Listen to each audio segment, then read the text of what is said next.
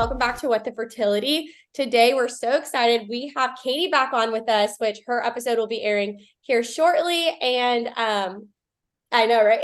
So exciting. But we actually have her husband on with us, which is really cool. We've only done, I think, maybe like one or two couples. So we're really excited to be able to sit down with Brandon and just kind of hear just the husband's perspective and just like the male side of it. So we are so excited you're here. So welcome. And also, we have my husband here. So Chris is actually here too.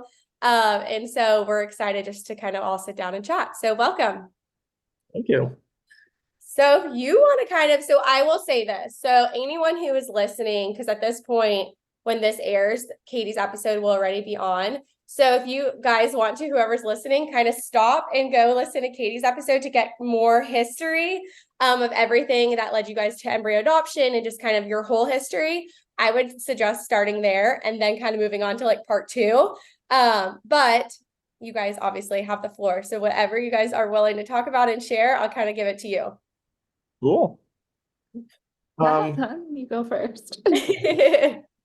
I'm a history teacher, but like your personal history is so hard to like think back of like dates and times. I'm really bad with that. But I have dates. All right, you're like, I've got it. Don't worry. Give some dates, and then I think I could tell from my perspective. So on the episode that I was on, we went into like just kind of from the beginning. Okay. So when we started trying. Okay. Which I know you remember that. Yeah, no, of course. We were leaving a restaurant. Oh, I didn't mean to be that specific. Yeah, it was like, hey, we're willing to hear all the details. Yeah. No, it was November of 2018. Yeah, it was November. And so we started trying, and obviously you're told, right? Like the first time you're gonna have the kid, right? Use protection, no contraceptive, like, oh, boom, you're gonna have the kid. And like the first few times, obviously it wasn't working. And so, you get into that, like, oh, like maybe like you're just anxious, or like, hey, sometimes for some people it just takes longer. But like clearly we knew something was wrong, despite our best efforts to have a kid. It just wasn't working. And so I guess like in the fertility world, right, it really just falls onto the woman, unfortunately, which seems like to be like a really weird bias that like the woman is checked out so much more than the man is. But we believed that because I said on the last episode, Amanda, like the first fertility place we went to was kind of more of like a regular OB, and like they like 100% said it has to be you. Yeah. With the testing, Brandon. Yeah, which is so wild. But I think that's so important that usually like doctors always just assume it's like the woman. And so, yeah, it's crazy how that is just like always the case that people think that. Yeah, and that was kind of reinforced. Like we were already thinking that, like I think most people do. And that was kind of just when we went to our first doctor. And when did we find out about like your thyroid too? Did we think like that could have been? Oh yeah, that's a good point. I didn't say that before. So I had gotten diagnosed with an underactive thyroid, so hypothyroidism, in July of 2018. So that diagnosis was so new that we were just like, oh, it like has to be my thyroid. The levels were fine. Yeah. And have always really been fine. Yeah. And how long did we go through like so bad with like the timeline of all that? No, you're so fine. How long did we go through that like initial them testing you before they tested? That was like a few months. Wow, a year? Maybe half a year to a year. Yeah. Because we also, like I said, we got married pretty young. We were 24 when we got married. And we just thought we had all the time in the world, right? Like, no, we're literally the same exact. But it's wild that like it would take even 6 months or a year or whatever it may be that they're just focused on you and just only, testing for your things and hormones and all of that, and not even looking into the male at all, which is so wild because it takes two people like to make a baby. So you would think they'd look at both. Yeah. Right. And it was that their like background was like that NAPRO technology. Yeah. Yep. Like natural and stuff. And I was just like, this like we have to go somewhere else. Something's not right. Yeah, then we went to Penn fertility. Yeah. Then we went to Penn. Yeah. So for a while they were just looking at Katie. And so then we went to Penn. Because you guys are in Philly? Yeah. Yeah, so we went to Penn, and that's when they suggested testing me. And more invasive testing of me. Like, yeah. So you went through the ringer, blood tests, but they were so weird. Like, they had a protocol, right? It was like, all right, we do this, this, and this. And like for the first time, Brandon was included in that. And I was like, oh, that's weird. Like, why are they like, I knew they were going to eventually test Brandon, but I'm like, why are they doing it so soon versus like waiting to see until after my testing if everything's normal? Yeah. And so you went through the testing, and for Katie, everything comes back like normal. So then you're like, oh, could it be me? And so I did my testing, right? Super easy. Super easy. Yeah. It's so Hey, awkward. Chris knows. He did it too. So awkward. It's just Very it's much so so. weird. It's not like what you like picture, I guess, like through the media. Like the media maybe portrays it. It's just so weird, and everyone's just kind of like giving you a side eye, and yeah. And so I go and get I do my test, and then like a week goes by and we're not hearing anything, which like you're No, we got your initial like 0 count. no, they called me before. Yeah, that's fine. Oh, I didn't know we waited that long. Oh, don't you remember? I don't He's remember. like, I remember every day of this. Yeah. No. So we waited. I remember I can picture it because it was right before the pandemic hit. Yeah, it was February. Yeah, it was February before the pandemic hit. And so the school I was working at, I had to do just to make some more money. I was doing like the aftercare essentially. So I was like in a gym with like kindergartners through like fifth graders, just waiting for their parents to come pick them up. And so the week is going by, and I'm getting like more and more anxious. Like, that's not a good sign. Like, yeah, this should be like a blood test, like one and done. Like we, go to the lab for this. Like your anxiety is so heightened. I get a phone call from the nurse at the fertility clinic, clinic, right? yeah, or section of the hospital. And she wanted to talk to me. So I run into essentially what is like a snack stand of the gym. Right. Like tell my coworker, now I gotta take a call. Then she like tells me, and that I was lucky a chair was there because I think I sat down on it immediately. I don't like medical stuff as it is. Like all medical stuff freaks me out. It's like immediately I feel like I'm gonna pass out. And again, like when you like go through like a sex ed, whether like in high school or middle school, like they never talk about like infertility. No, they're like, it's so easy to get pregnant. Especially the opposite. Everyone's gonna get pregnant. Yeah. And even like on like TV and the movies, like maybe the only I'll say character that has like quote unquote like male infertility is Chandler from Friends, and I hate Friends, and I know that. Yeah. But yeah, like he has like slow, like his sperm. There's something wrong with his sperm. Right? I forget what they're diagnosed. But so like again, it's like not talked about. Yeah, it's not talked about. When I was like, "What are you talking about? 0?" She's like, "Yeah, we couldn't like," and like, God bless this nurse. Like, she was so gentle and like, probably the worst call she has to make all day. Of like, yeah, we couldn't. I was like, what do you mean you can't find something? Because my dad is one of 11. Like, so clearly my grandfather had like no problem. My mom had me and my siblings. Like, clearly there was never like any fertility questions of anyone in our family. Yeah. So now. It seems like then at this point, your whole life, you had no indication that anything could potentially be like wrong or nothing. I hate to be like crass, but like everything works fine. So like, but yeah. So you were completely shocked by it. Sure. Yeah. And so like then they try to calm you down. They're like, we'll do more testing. We'll do some blood work. Like maybe it's like varicose veins or something. Yeah. Like a blockage. Yeah, a blockage, this and that, Then they talk about like more invasive stuff. So I'm like freaking out even more. And you're alone, like you're not even with Katie. No, I'm alone. Like you're with all these kids at school. All these kids, my coworkers. So like you don't want to go up to your coworker and be like, "Hey, by the way, I just found out I have no sperm. I gotta go. I'm having an existential crisis right now." So I remember going up to them and being like, "I like just got a call. It's medical stuff. Like I gotta go." And so I called Katie. And Katie's like a therapist, so about to go in like a session, and like I think you canceled that session. I left, Jen, she canceled all of it for me. And then, so I'm like racing home, and I remember we just sat on the couch and both like cried for like a long time. Yeah, because I think for me it was like two emotional feelings. It was one of like guilt, I think, was my initial reaction, because Katie had gone through like all these like ridiculously invasive procedures and blood tests.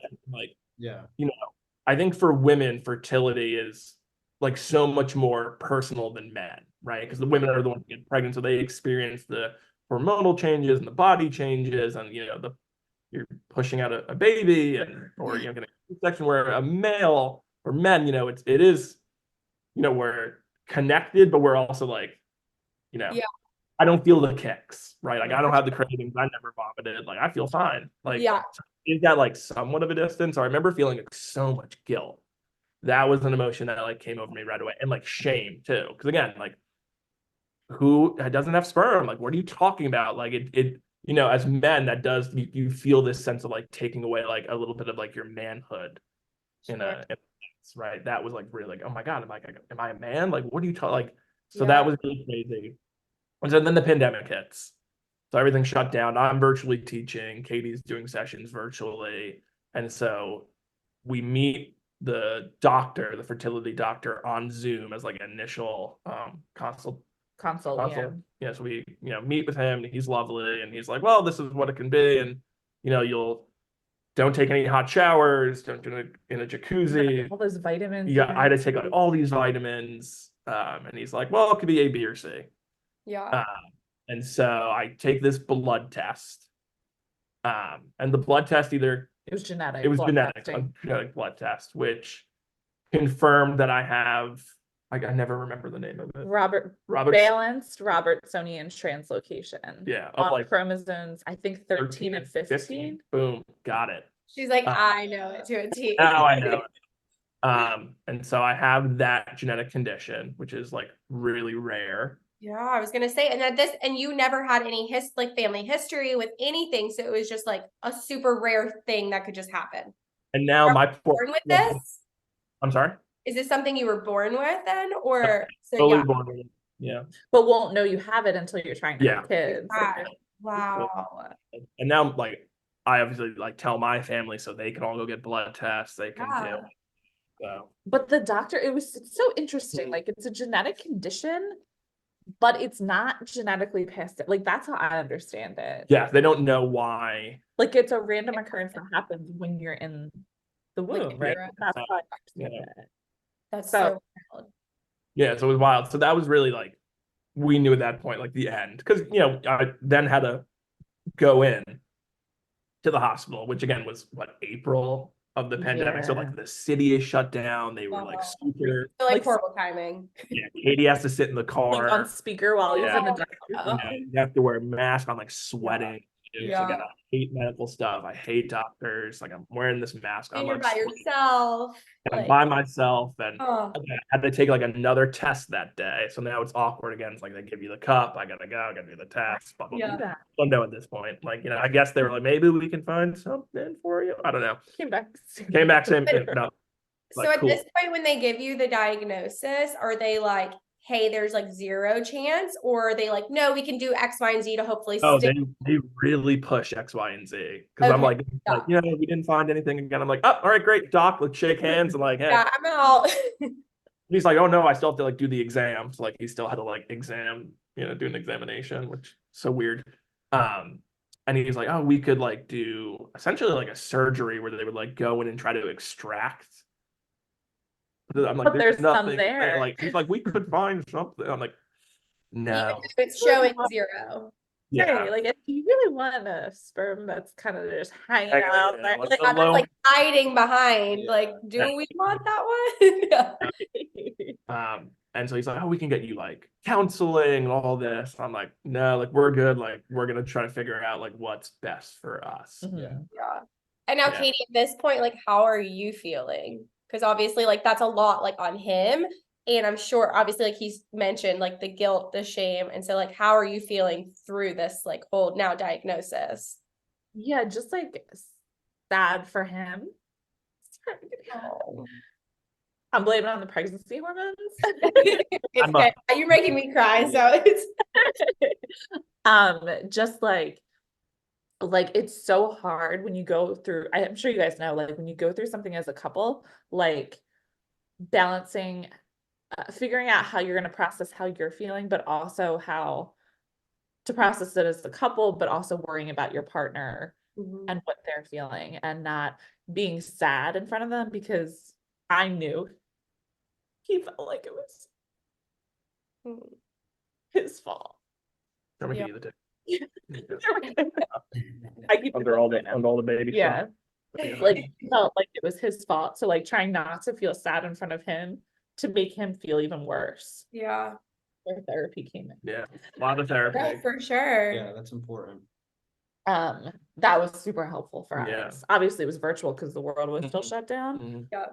But Yeah. I think that like having, it's like the like circle of having feelings that you need to have and express to your partner, but also like not wanting to express too much because he was the one that got this diagnosis.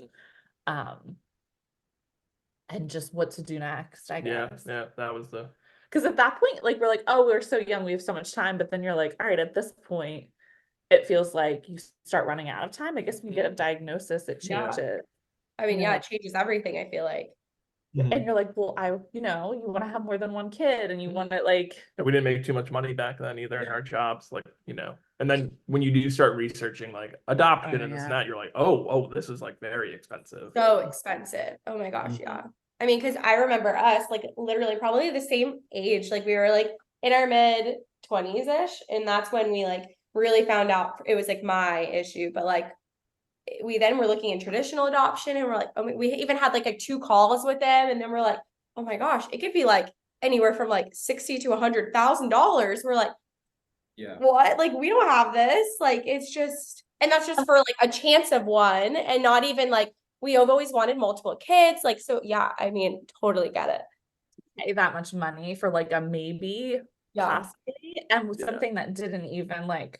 Oh, our home study was active for 3 years, and we never were successful for infant adoption. Yeah. Okay, so obviously you have this diagnosis, you have like the exams and all of that, and so do you like at this point you're like, okay, like are you on the same page of what you guys are going to do next? Like how do you go from this to then like obviously moving on to now? Yeah. Sure. We always talked about like adoption or foster care as a possibility, and if we like were able to have our own kids, we always were like, oh, that would be kind of cool, like if we could like foster maybe when our kids are a little older, or like maybe adopt, right? Like that was always like a conversation we had. Maybe it was always like let's have like I felt like it was always like a let's have kids first and then do that. Yeah. So I feel like we were always on the same page. Yeah. But like when they were like, oh no, sperm, like I said in the previous episode, like sperm donation just like wasn't something we were comfortable with. It just like wasn't for us. Yeah. That's how we we're kind of on the same page. If you don't mind me asking, what was that like for you guys, like getting to that realization that that wasn't for you? Well, that's a great question. Yeah, I mean, pretty easy. Well, you guys were just like, you just both knew. Yeah, because I think when we were talking about it, I think we were pretty quick in determining. It was very like we were very like, okay, it's all or nothing. It's either going to be both of us or neither of us. And that was like it wasn't even like a full like I mean it was conversation, but like it wasn't some like long thought out thing we had to like really converse about. Like it was just like, okay, like if our child like is not biologically you and I, then it's going to be neither of us. Like it's not going to just be one. And that's how it worked for us. And like I know everyone has like their own story of how they do it, and like what works for them is great. But and I think similar, you guys were like, it's either kind of all or nothing, right? Yeah, I would say it's similar to us. It wasn't necessarily like a long, drawn out decision or conversation. It was more, don't you think it was like a, oh no, I think we both looked at each other like, we're not gonna do that. Yeah. It's just like, to us, and everyone has their own reasons for like what they use in terms of donation. For us, it was like it's either going to be both of us or neither of us. Yeah. We feel that we needed that. Like I didn't feel like I needed to use my own eggs as to have a genetic connection. Or not obviously to have a genetic connection. An emotional connection. For sure. Wasn't like a factor for us. That was felt too emotionally heavy to use a one like a sperm donor. Yeah. And like everything does feel like rushed. Like even in the hospital, and this doctor's like, yeah, we did the test again, we found nothing. Like, okay, here's what we can do to help you. It's like, whoa, like, you know, you just like Some of the things they offer, you we were just like, told me I don't have sperm, man. Like I need a minute. Like now you're talking about like, you know, procedure, like doing donations. It's like, yeah, I need a minute. You know, obviously like the world is shut down. Like no one knew what the hell was going on with the pandemic. This is all like a little bit heavy. Like I need some time to like process this. Well, I don't know if you guys experienced this too, but like nobody talked about embryo donation as a thing. Like it was never like our doctors never said to us like, Same. oh, here's this other option, because I don't know why. I just assume it's because they don't make as much money off of it. I don't know if that's the reason, but also, yeah, right? Like, they're like, here you could do sperm donation, egg donation, one of each, but like embryo donation was not a thing. And even like I said it before, like I left my old OB because I had to get that thing signed through our agency, and she was like, well, why aren't you using your own eggs? And I'm like, I'm done here. Like, we don't need to talk about this. I did not ask for your opinion, first of all. But no, we went through multiple rounds of IVF, and it never even was talked about or presented to us. I'm actually the one who ended up having to bring it up to my doctor. And then from there, he was like, oh, yeah, we do have embryos here if this is something you're interested in. But it wasn't until I pursued it myself that I was like, okay, this is another option. But yeah, no, they did not. And I mean, every clinic obviously can be different, but what I've seen is very similar, that they don't really present it or push it or as an option. And we stumbled upon it. Ours literally I had found out about it from the Today Show. So it wasn't even like, it's not, I didn't even know anyone who has done it or anything. My mom or my sister had literally listened to the Today Show and then was like, this is an option. Like you could like still get pregnant and do all these things. And like, and then it just opened obviously the doors for all of our stuff, but it's wild. And I think we had stumbled upon that, correct me if I'm wrong, but like in the middle of going through like the conventional adoption. Yeah. We were starting the traditional like adoption process. And then that happened. And I was like, oh, because I really wanted to be pregnant. That was like something I really, really wanted. Yeah.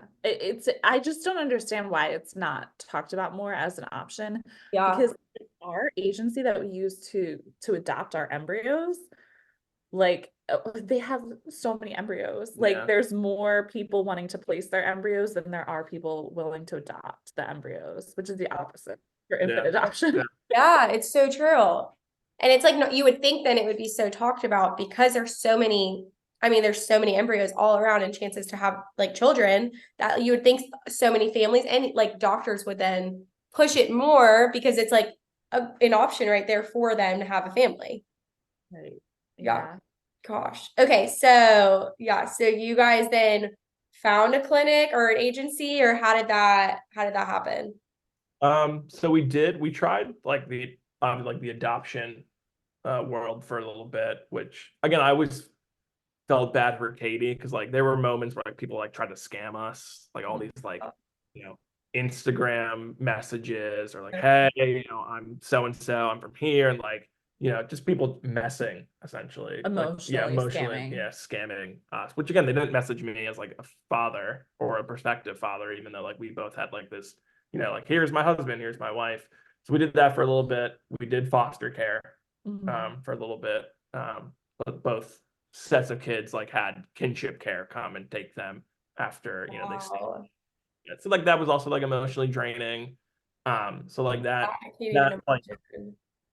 time and space in between like trying to adopt and like knowing this is very, very difficult. Like, it feels like you're a needle in a haystack of like all these people who are trying to also adopt.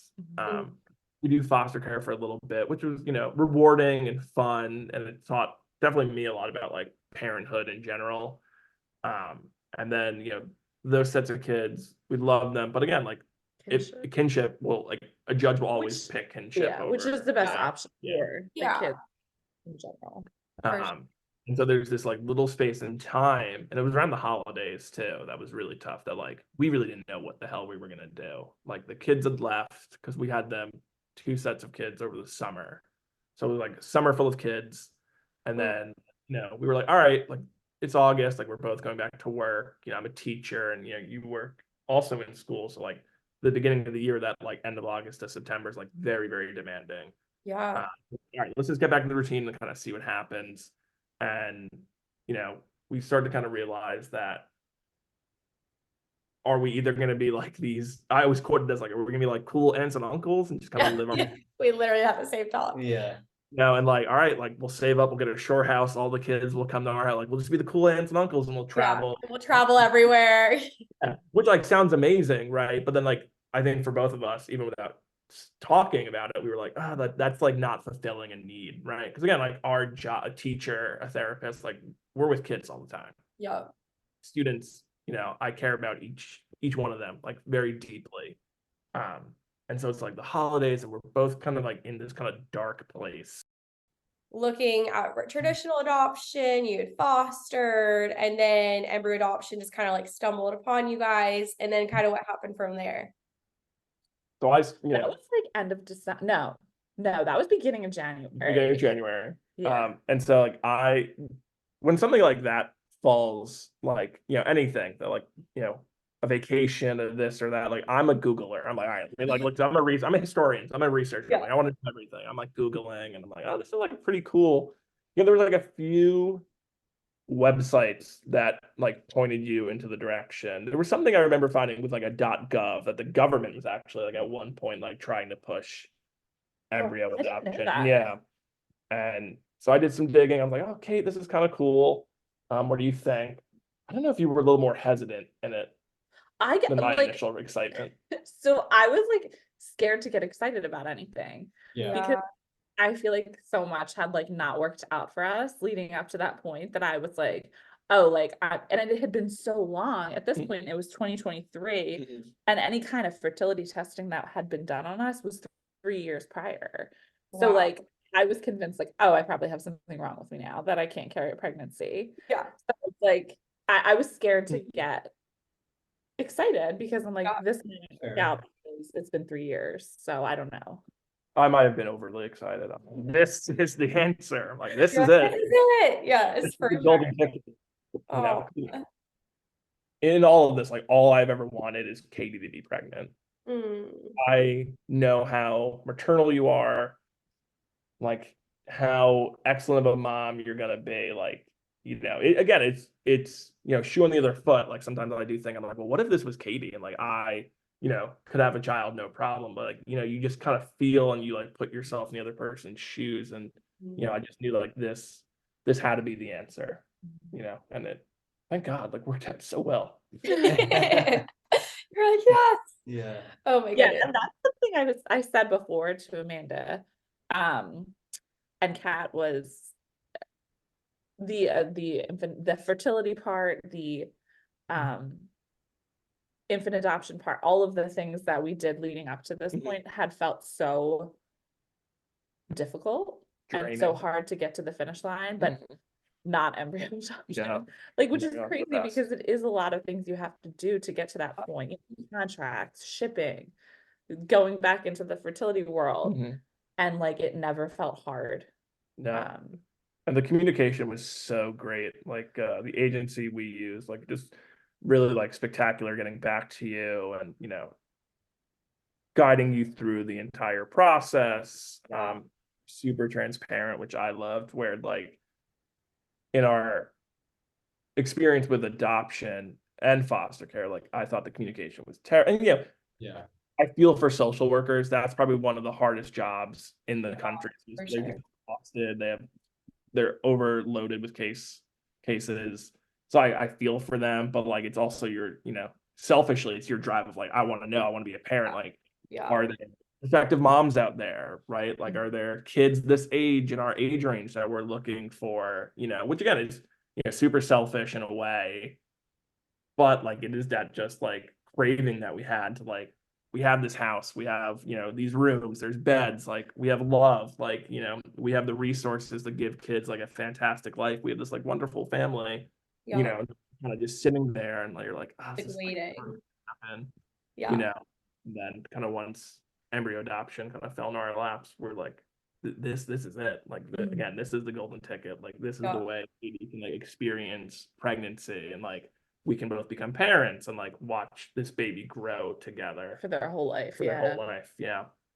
I love that so much. Oh my gosh. I mean, it just felt like then it's just so right. I feel like we felt the same way. And like it honestly was just so easy. And for us, so quick that we're like, we just kept moving on to the next step and moving on to the next step. And then like, then I'm pregnant. And it just like, it was just felt so right and so meant to be that we knew like, okay, this is really what God like had for us this whole time. Like everything we went through, like led us to this point. Yeah. And it's so frustrating when you're in it. Oh, for sure. Part of it, and you can't see that that's what it's supposed to be. Yeah. But again, on the other side, and I used to hate listening to podcasts. People would say like, "Oh, like it gets so much better. Like you just have to get through the hard part." And I'm like, "When is my hard part over?" Yeah, it's so true. So never ending. Okay, so you're how far along? 35 weeks. Oh my goodness. That's insane. Congratulations. That's so exciting. Yeah, we'll be 36 weeks next week. So hopefully the baby's coming soon. Yes. Oh my goodness. Yeah. Well, the episodes will for sure air, I guess, after baby's already here. So that's so exciting. Yeah. Someone changing diapers. Yeah, I know, right? Yeah. You're to listen to your own voice though. Like I would have a problem with that. Well, Brandon, I just like wanted to like hear more from you, I guess, about like from just like a male's perspective. Obviously, like if someone was just now diagnosed with say like for them it's male factor infertility, like do you have advice for them if they like just got this diagnosis and like it is similar to you guys of like, okay, it's like you're the male is the one going through the fertility and the wife is like quote unquote normal, fine, whatever, all that. Like, do you have any advice for them? That's a great question. No one's ever asked me that before. Question. I might cry. Or a lot of men will feel the same way of this guilt, this shame, like this, taking, like you said, like part of your manhood. Like I'm sure a lot of like males will probably feel very similar. Sure. Yeah, because when I was in therapy, I described it as like someone telling me like I had a terminal illness. Yeah, wow. That is how like devastated I feel or felt. I think I would tell people like you got to talk about it. I think, and to this day, it does pop up every once in a while in my mind, but I think that's something I'll experience for like my entire life. Yeah. Sometimes I do think about it. Yeah, like seek help, right? Like therapy was really, really helpful. And Katie and I went to therapy, I think before I knew my diagnosis. Like I think my first session was before we knew. And then like I think the second one, like we had gotten like results. So like therapy was tremendously helpful of just like talking to someone, like really crying it out. Yeah. Which again, like a lot of men are super uncomfortable with. I just happen to be like, I'm very comfortable with my emotions. Like I will cry. I don't really care how other people feel or think about it. That's just a lot of men do struggle with like being open with their feelings, especially something so medical and so personal. And again, it's that like that manliness, right? That like, I'm a man and this is like how, men should perform and I should have a child that looks like me. A big part of it was also like Katie's support. Katie was incredibly strong, which was very, very difficult because like, again, we didn't know anything.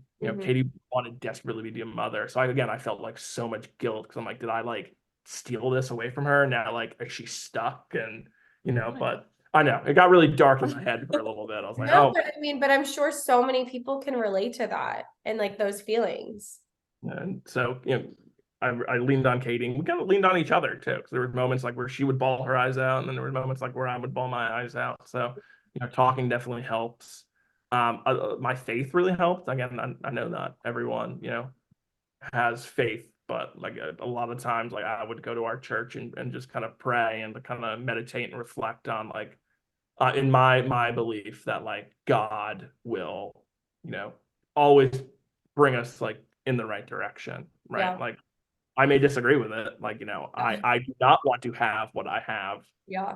Right? But it also has given me the greatest gift, right? Like this baby, right, will be like my greatest gift, Mm. right? I believe that's a gift from God. So this is, you know, there's a really great, and I'm gonna give it a shout out. Stephen Colbert is one of my favorite people of all time. So if he's listening, Mr. Colbert, I love you. I don't know why you're listening to this fertility podcast. I know, right? It's this really great conversation with Anderson Cooper on CNN, and the conversation, it revolves around grief, and Stephen Colbert somewhat quotes Tolkien saying like, well, what punishments from God are not gifts, right? So to me, this is like such a, you know, it's a punishment. I don't want this to happen. I don't want to have